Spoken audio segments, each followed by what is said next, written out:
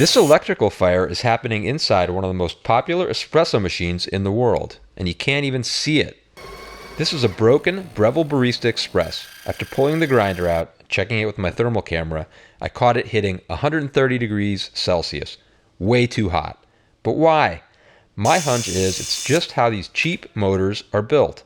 The brush holders are made of a hard plastic, and if they warp or fail to hold tension, the carbon brushes start bouncing.